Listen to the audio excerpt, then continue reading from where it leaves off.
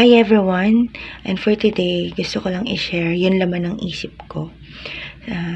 I am too much in browsing my social media. Kaya naisip ko lang, sobrang daming mga preachings ang aking napapanood. Ang hirap mag-comment kasi for sure pag nag-comment ako, kukuyugin ako.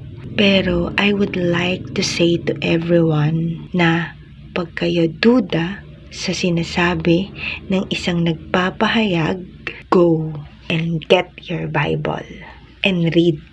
Gustong-gusto ko yung preaching last Sunday sa aming church. Sabi doon, sa labanan ng mga peke o hindi tamang pananaw, lamang ang may alam, handa, at nagtitiwala sa Diyos. Dahil kung ikaw ay nagbabasa at alam mo ang katotohanan, kahit anong marinig mo, hindi ka mamimislead, hindi ka maliligaw. And I encourage everyone na mas i-push natin yung salvation para sa lahat.